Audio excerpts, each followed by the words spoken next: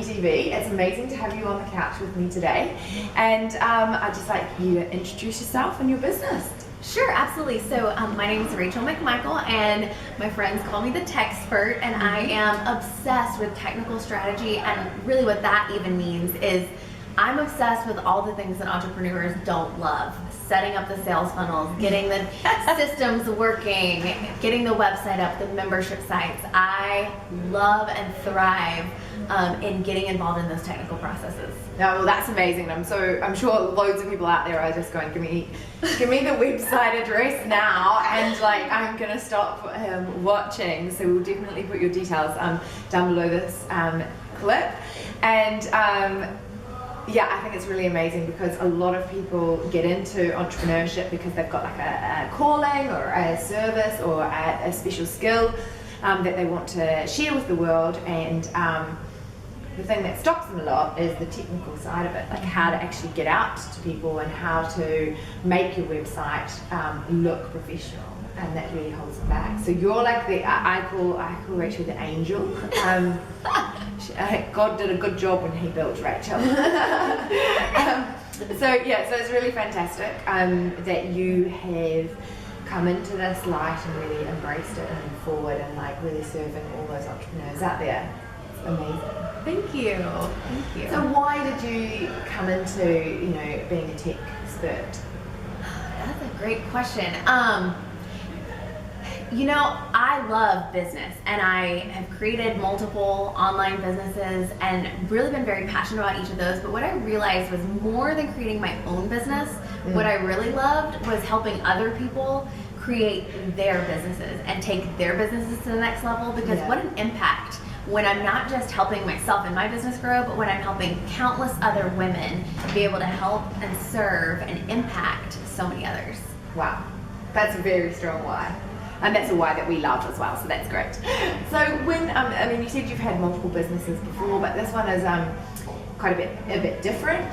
So what has your fear been when you've gone into business? And it might be this one, or it might be your previous businesses. What's sort of, your biggest fear? This is gonna sound almost kind of silly, but one of my biggest fears has been, what is everybody gonna think? Or what are they gonna think if I fail? And so worrying about the opinion of others for the longest time was what held me back. What if they feel like I'm trying to be too salesy, or what if they feel like I'm trying to get them to buy from me, or what if they feel like I'm not being genuine, or what if they feel blank? And all those what ifs really never served me very well at all. It wasn't until I got over those what ifs that things really started to move forward and build momentum. That's amazing. And what, I'm sure there's lots of people out there with lots of what ifs, and they're all probably nodding dogs thinking, yeah, I get this. So sort of what was one of the steps that you took to sort of get rid of the what ifs?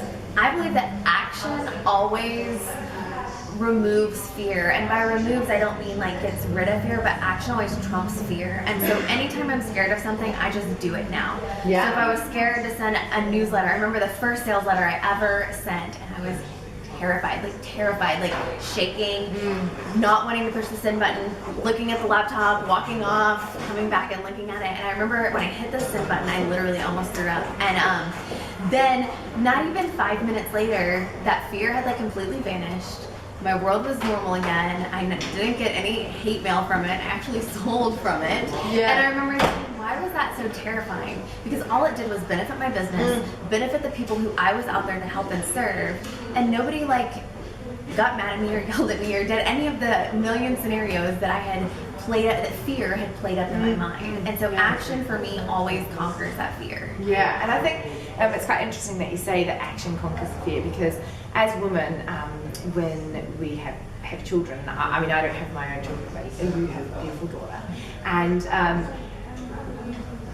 millions of women all over the world get pregnant, and birth just comes, and like their fear is there, but the action just comes, and you just have to get through it, and then at the end you've got this like amazing thing that you never ever knew would have such a connection and a love with you. And I think that if a lot of women can go through childbirth and take on that fear and just and take the action, if you can put that into your business, everyone will be light years ahead. So Absolutely. taking the action is definitely the way forward. So that's really great.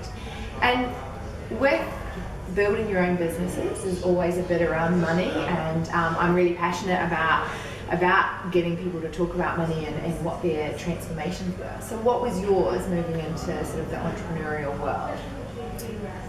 Well, Or swapping businesses, actually.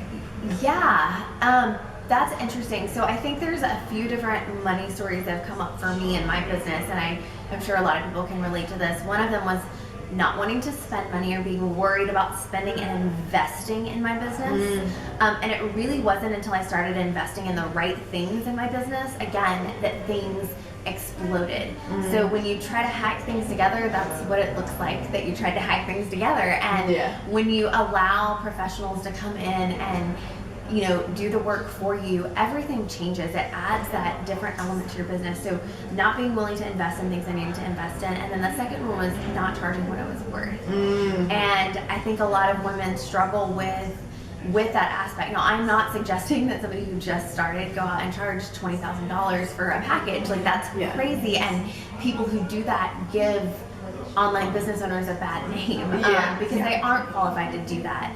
But knowing when it's time to raise your rates and standing behind that belief that it is time and I am worth this is huge and redefining. And that was a story that I really had to overcome as well. Yeah, amazing. And I think that, totally loads of people will resonate with that.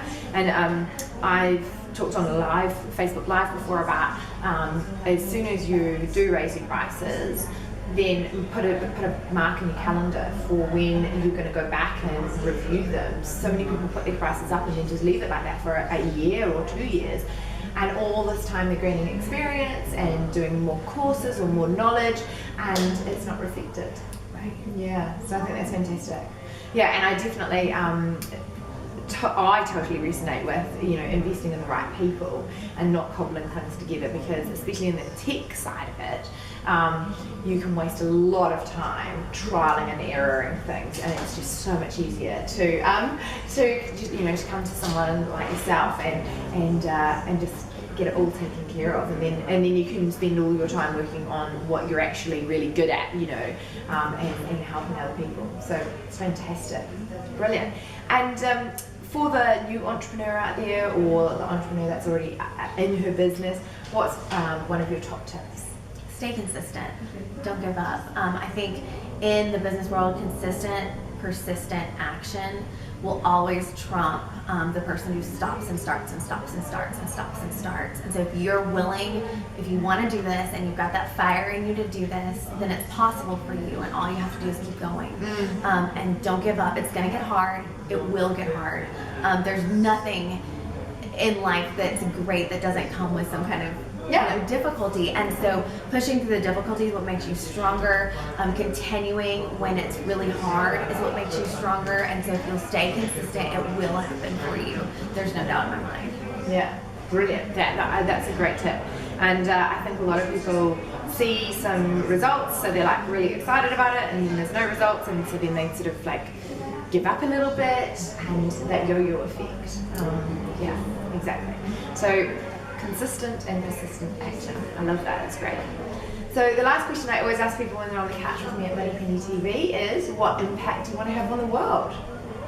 I think for me, the impact I'd like to have on the world is to impact so many women who are impacting these other women. For me, it's like this trickle effect where when I serve one woman, now she can serve many, and her clients can serve many. And so for me, the impact I would love to have is to impact as many people as I possibly can. And the way I can do that is to actually ease the burden and ease the load for these women who are so passionate to go out and then impact even more.